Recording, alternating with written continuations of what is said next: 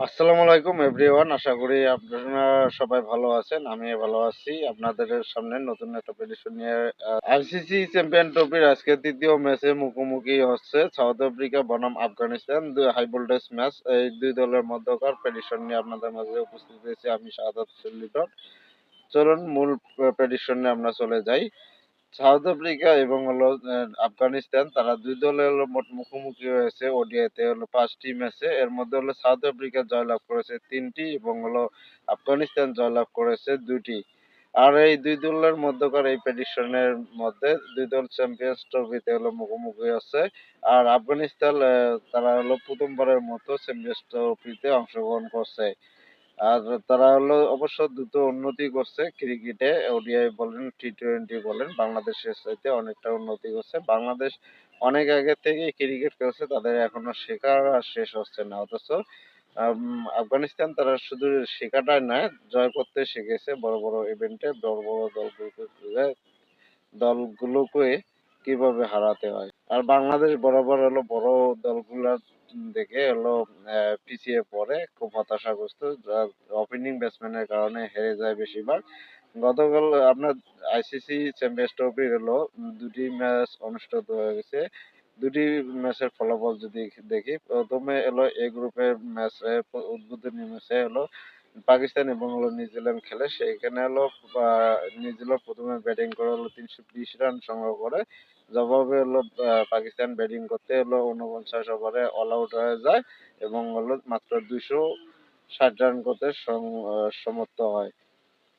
উদ্বোধনী ম্যাচে হারার পর দ্বিতীয় ম্যাচে মুখোমুখি হয় শক্তিশালী ভারত এবং বাংলাদেশ। আইসিসি হাইভোল্টেজ মডেলের এই ট্রফিতে দুবাই আন্তর্জাতিক ক্রিকেট স্টেডিয়ামে বাংলাদেশ সময় দুপুর 3টায় অনুষ্ঠিত হয়। সেই ম্যাচে বাংলাদেশ নাজমুল হাসান শান্ত, তিনি টসে জয়লাভ করে ব্যাটিং করার সিদ্ধান্ত নেয়।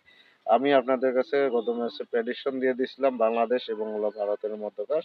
ভারতকে অবশ্য 80% এগিয়ে রাখছিলাম আর বলছিলাম যে টসটা পরে যারা ব্যাটিং করবে সে ম্যাচ তাদের জয় সম্ভাবনাটাই মাত্র 80% থাকবে। সেরকম হয় নাই। নাজমুল হাসান শান্ত কিন্তু প্রথমে ব্যাটিং করার সিদ্ধান্ত নেয়, যার কারণে বাংলাদেশ যদিও ব্যাটিং নেয় কিন্তু প্রথম সারির 5জন ব্যাটসম্যান কেউ সুবিধা করতে পারেনি। তানজিদ হাসান তামিম শুধু 25 রান করেছেন। ওদিকে ভারতে তারা এই ওপেনাররাই ভালো পারফর্ম করেছে বিধায় খুব তাদেরও যদি মিডল অর্ডারেও চাপ সৃষ্টি হয়েছে, কিন্তু ওপেনাররা ভালো করাতে তাদের কাজটা খুব সহজ হয়ে গেছে। জয়লাভ করতে পারছে বাংলাদেশের বিপক্ষে।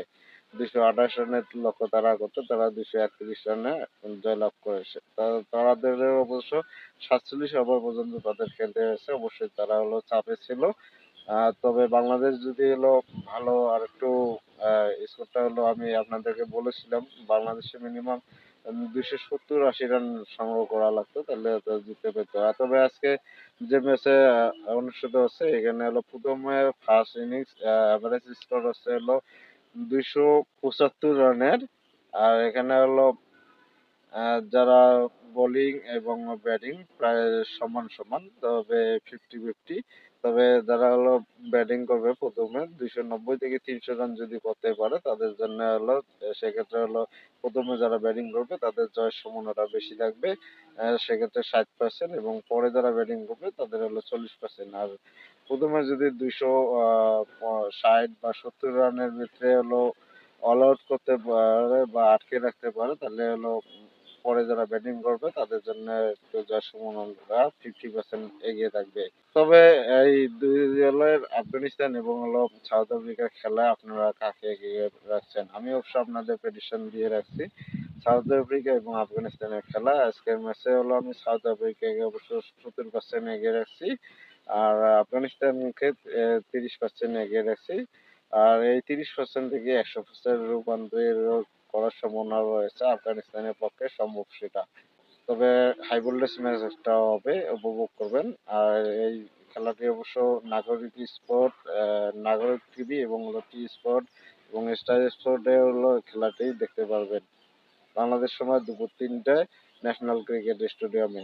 ধন্যবাদ সবাইকে, ভালো থাকবেন, সুস্থ থাকবেন, আল্লাহ হাফেজ। আর আজকের খেলায় কে জয়লাভ করবে কমেন্ট করে জানাবেন।